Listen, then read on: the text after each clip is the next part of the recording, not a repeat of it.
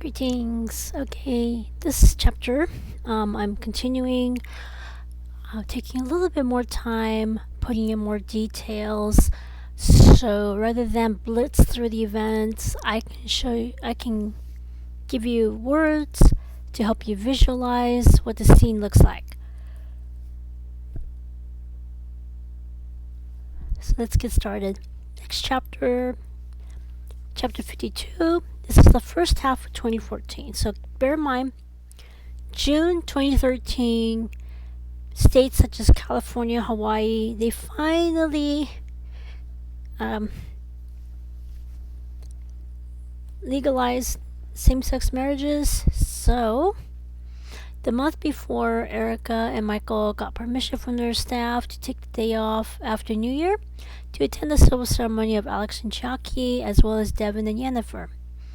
On New Year's Day, Erika and Michael spent it at Chucky's parents' home. When they started talking about the plans for the new year, Chucky's mom started by saying thanks to the late Peter Alloway for helping Chucky. At this time, she started to break down. Everyone knew exactly how she felt. When she regained her composure, she thanked Erika for being an awesome friend to her daughter. Erika waved her hand away, thanked Chucky for helping her get through college, and vouching for Michael. By that time, everyone started bawling. Everyone wiped some tears, regained their composure. Alex commented that some straight people get a divorce when they realize that they married a person. America, on the other hand, married Michael because he is, yes. Suddenly, Aunt Jackie laughed so hard that she snorted. Everyone burst out laughing. This was so on brand for Alex to see and Jackie to laugh. Erika wished that she had this disability. She spent most of her life being so doom and gloom. She wondered how she could rewrite her parents as a comedy rather than a tragedy.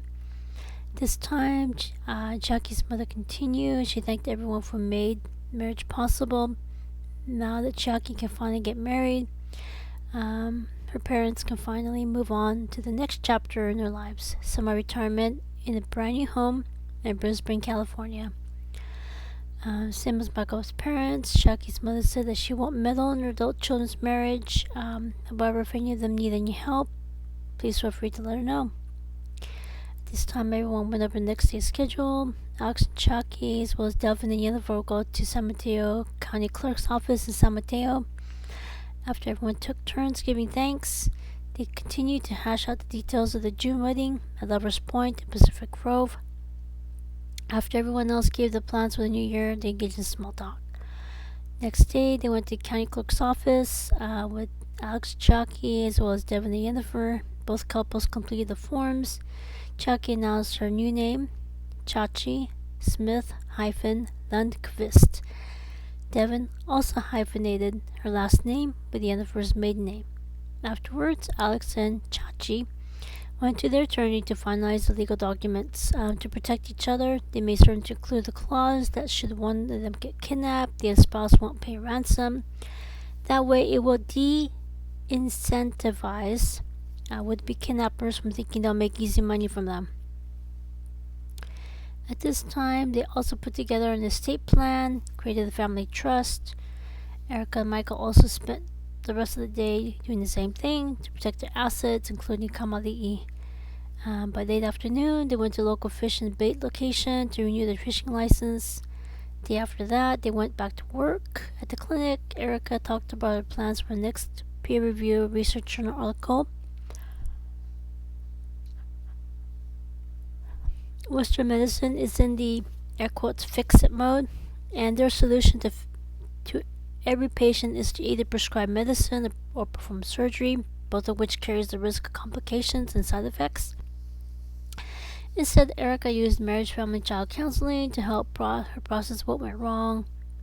In her childhood, without prescription medicine, there used to be a way for doctors to recognize which patients would benefit from counseling rather than pills, and vice versa. This time, the clinic counselor offered to be the first author and worked with Erika to put the article together. She agreed.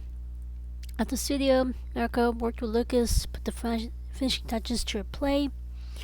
First play slash feature length film. Oops.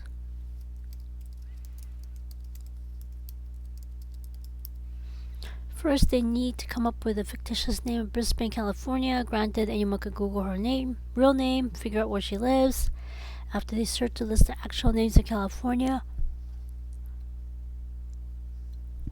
they came up with Santa Esperanza. Esperanza means hope in English. They also need a fictitious name for Erika. After looking over names that are Japanese and Spanish, they came up with Maya, which means true color. And looking at last names, she found the last name Sano Littlefield is found in Japan and Italy. So the fictitious name of Maya Sano was born. They spent the rest of spring putting the script together.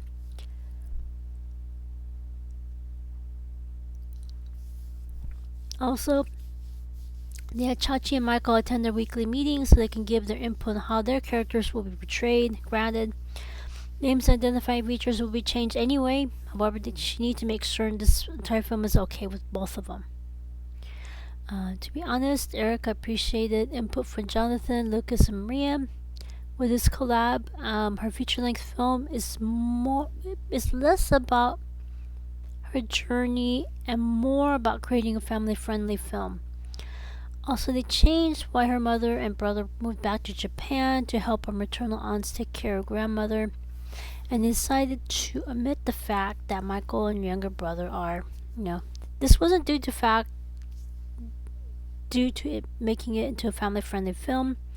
Instead, it's because they changed why her mother and brother moved back to Japan. Erika hoped that it would translate well into the box office at this time. With Michael's blessing, she decided to donate part of her earnings to local organizations that help caregivers. The movie will also include in memory of Erika's late grandparents as well.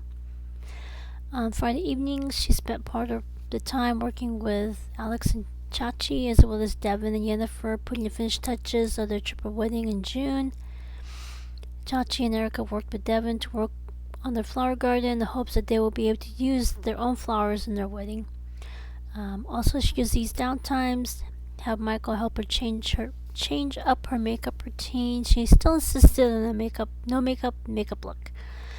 However, she realized that she will need a little more color so the video camera will capture her features better, so she accepted a little bit more color. And she made certain to massage his feet during their daily cuddle session. Early April, they finished income taxes. At this time, they started moving money from the individual bank accounts to the family trust. Late spring, they sent out the call for cast members in the Japanese Peruvian community in San Francisco, Japanese Mexican community in San Jose, and the Japanese Brazilian community in Los Angeles. After Erika shared her childhood photos with Lucas, they found a child in San Jose who looks exactly the way Erika looked when she was little. When Chachi met her, she explained, "We found Erika's doppelganger." They also looked for a dance therapist and music therapist to help work on choreography and play the theme song as well. In terms of location, they decided to use a combination of actual locations in Northern California, as well as the studio with the green screen. They will use some of Jonathan's footage from Chachi's travel cooking series from Japan. By then, they tentatively put the date to start filming with a full cast and crew on Monday, June 9th. Around this time, Erika took a day off from work, drove to the South Bay. She helps the scholarship committees both of her alma mater select recipients of her scholarships. She stopped by her former landlord's apartment building to drop off a large gift box at Hickory Farms, and she returned home. Memorial Day weekend, Erika and Michael started Saturday fishing with Alex and Chachi, as well as Lisa and Olivia. On Sunday, they went to the local Buddhist temple to attend services. Next day, they had their annual barbecue. As tradition, Alex made certain to get additional oysters since Erika loves grilled oysters. Devin brought her homemade cake. Erika and Michael brought Hawaiian-style macaroni and cheese. Richard brought handmade linguiça. Kim's late husband's niece and her family also attended. By then, Aiden's already 4 years old. They also brought their baby who was born a few months earlier, Maisie, meaning Pearl, as well. Ashley was thrilled to meet the new baby. Murphy Jr. and his parents were also in attendance. They also brought Trey Murphy Sr.'s signature mild chili with meat and beans, so anyone at any age can enjoy it. After the meal was ready to eat, they stood in line, get the items they wanted to eat. Then they chose one of 3 picnic tables to eat their meal. Same as the Murphy Thanksgiving, Ashley and Trey Jr. ate at the same table. Also, since Erika's brother and his partner will also be in attendance, Michael picked them up from the airport. They attended the barbecue as well. That evening, her younger brother's partner, Enkai, did a formal greeting. After some small talk, Erika's brother talked to them about their father's side of the family. In addition to losing some extended family members in the 2011 Tohoku earthquake, tsunami, nuclear power plant meltdown, he was invited by one of their father's brothers to visit them. He immediately noticed something very interesting. Their paternal grandfather did the right thing. He only had sons. Moreover, each time their grandmother was in the family way, he escorted her back to her hometown. Erika gasped and covered her mouth. She wondered why their father didn't do the right thing by escorting their mother back to Japan each time she was in the family way. Without missing a beat, he also mentioned that all their father's brothers had daughters who are either not married, no kids, or they are married but they don't have any kids. Also on the father's side of the family, his one son is Hikikomori, which is a person who is housebound. At this time, Michael was intrigued. He surmised that this family should not have had any daughters, and they should not have married women who were smarter than their husbands. Also, Erika surmised that maybe women are too smart for their own good, in terms of this family. This time, she made a mental note to bring this new development to the studio. Perhaps she could use this information to add to her first feature-length film. After the barbecue, Michael drove them to Pacific Grove, got them settled into their hotel. Kalu is bilingual, so he was in charge of giving Enkai a tour of Monterey Bay as well as translating for her. This freed Erika and Michael to continue working and staying in Brisbane, California to work out the fine details of the wedding. So they did not have to bore Kamali with his parents. They were able to use this final week before nuptials to go over the details, come up with a plan B in case any part of it goes awry. Chachi, Erika, and Kim helped Devin do last minute work on their flower garden, just in case they do have a local florist as a backup. At this time, Ashley returned to Brisbane, California for summer vacation. When she resumed her internship at the clinic's counselor, she offered input on how prescription-free counseling is exactly what some patients need to move forward in their journey. They added this information to Erika's next journal article. Ashley also helped out with the nuptials. Trey Murphy Jr. also returned as well to resume his internship at the studio. And Maria's daughter Erin had her 2-year follow-up visit with her surgeon. Much to everyone's relief, she did make a complete recovery from a stage 4 endometriosis surgery. So while she resumed her internship at the studio, she continued her appointments at the clinic. She inherited trauma from both sides of her family. Her maternal grandparents left Cuba in the aftermath of the Bay of Pigs invasion. In terms of her paternal, actually, I think it's great grandparents. Yeah.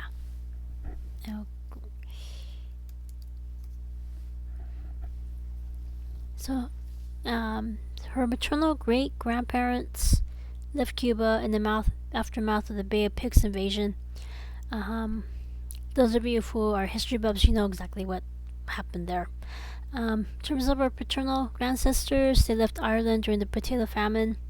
1906, the matriarch and her parents survived the Great Quake of San Francisco in the aftermath of the second wave of the bubonic plague.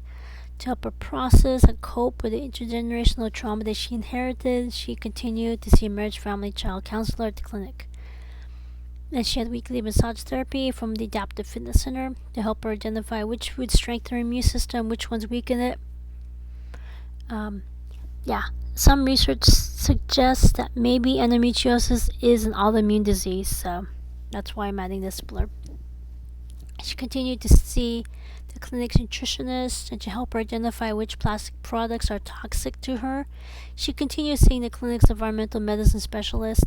The rest is up to her. Also, she continued being mentored by Chachi, who's in the same situation. So, starting next academic year, she will start working on a serious senior capstone project, a one-woman play about a person learning about how Indigenous Californians treat members of the community who are two spirits. In preparation, she already watched all of the video series Chachi made at the studio regarding the subject.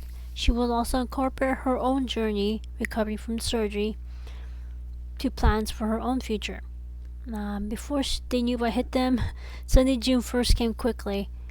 They all woke up early, had early breakfast. Erika took Kamali'i. They drove down to Pacific Grove. Once they got there, Michael handed Kamali'i to his cousin Richard, who also brought their dog, Halia, with as well. So it was times like this when Chachi wished she met Erika sooner so she can teach Erika everything she needs to know about how to be a woman. Besides, both of their mothers were from the same fishing village in Japan. They could have met at least 10 years earlier. Moreover, if they met sooner, maybe Erika would have steered her away from surgery, taught her to channel her inner Indigenous California heritage, accept being a two-spirit, and gotten diagnosed with endometriosis much sooner. Also, had she been diagnosed as living with dyslexia much sooner, then maybe she would have gone on to college rather than culinary school. Hashtag missed opportunity. All of the ladies wore an off-white dress with train. All three of them come from traditional families. Their shoulders, bosoms, and legs were completely covered by their dress. Erika wore one that is like Tadashi Shoji's woman's Reba embellished cape overlay bridal gown from Macy's. If I remember, I will include a link to that specific dress in the description box below so you can see exactly what this looks like. But let me try to describe what this gown looks like. That crepe gown has a shell-inspired attached cape that is reminiscent of an oceanic elegance as well as celestial allure. Also, since they'll be outside, all the more comfortable shoes that look like dress shoes, such as flats and loafers. Granted, since the dress went all the way down to the ground, no one would have noticed if they wore tennis shoes. Also, since this area tends to be overcast and a bit cool in the morning, they wore street clothes under their dress. That way, they can stay warm even though they're outside. Alex, Michael, Jennifer wore a modern fit stretch tuxedo jacket, navy blue or black, with matching suit pants, non-iron performance dress shirt, matching pair of dress shoes, socks.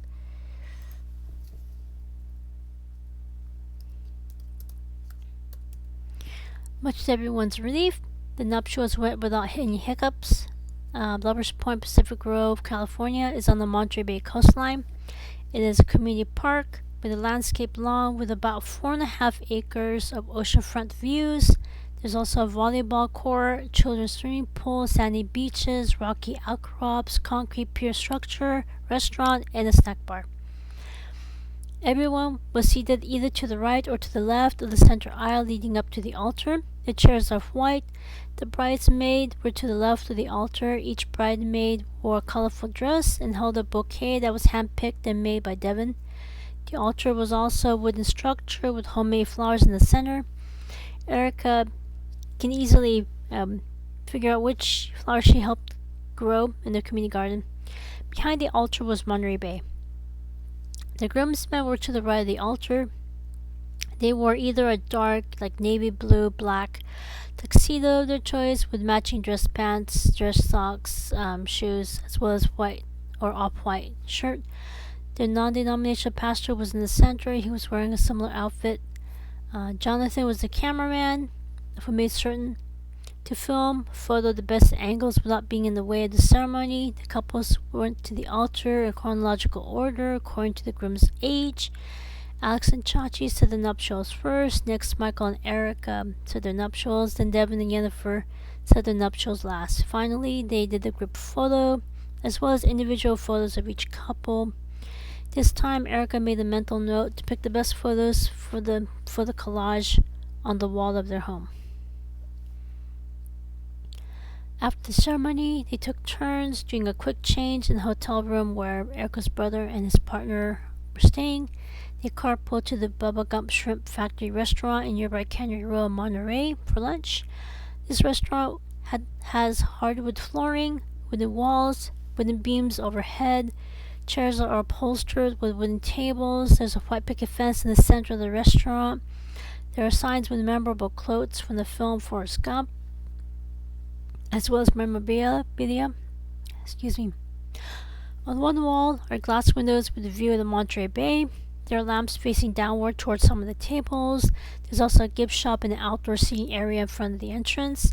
There's also a bench where a look-alike actor, looks like Forrest Gump, can sometimes be seen sitting. After each person chose a place to sit, they ordered buffet style. Erika's table chose shrimp mac and cheese, a bowl of New England clam chowder, Alabama chicken linguine, garlic bread, and a side of fries.